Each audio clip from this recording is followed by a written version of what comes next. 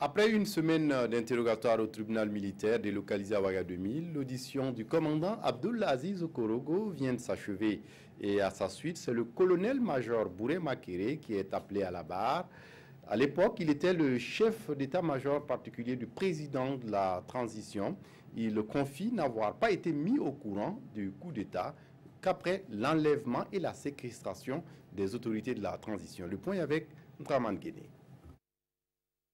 Dans ses derniers propos devant la barre, le commandant Abdoulaziz Korogo fait le récapitulatif de ses actes pendant le coup d'État.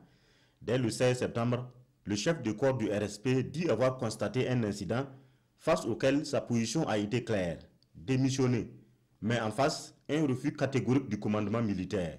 En restant, j'étais obligé de collaborer. J'ai articulé les missions du Togo à la recherche du matériel de maintien d'ordre, d'occupation de la place de la nation et celle de la sécurisation de la soute de Yimdi. Pour le cantonnement et le désarmement, j'ai demandé à mes officiers de forcer l'obéissance, conclut l'officier supérieur. Son supérieur hiérarchique embouche la même trompette, à son tour devant la barre. Le colonel-major Bourema Kéré dit qu'il s'agissait d'un coup d'État dont il n'avait jamais été informé en tant que chef d'état-major particulier de la présidence du Faso. C'est étant à une rencontre à l'état-major général des armées que le chef de la sécurité du président du Faso apprend que les autorités ont été enlevées. Il se dépêche à Kossiam, le général Guengéré justifie l'acte par des griefs d'exclusion collés au régime de la transition.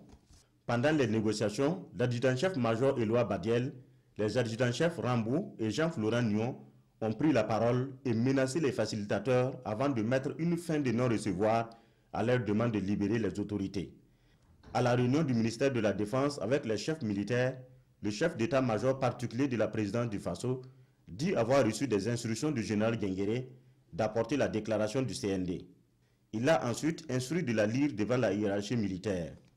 Après la lecture, le général Guengéré a demandé à l'armée d'assumer la paternité du coup d'État. Le chef d'état-major général des armées, le général Pengrenoma Zagré, marque son refus, mais accepte d'assumer le maintien d'ordre demandé par le général Guengéré. Moi, en ce moment, j'étais perdu. Si le chef d'état-major des armées avait été ferme avec le général, peut-être qu'il aurait reculé, rassure le colonel-major Kéré. Le chef d'état-major particulier de la présidence du Faso reconnaît néanmoins avoir posé certains actes à la demande du général Guengéré, comme la désignation du capitaine Gaston Ouedraogo pour la mission de la Côte d'Ivoire à la recherche de matériel de maintien d'ordre.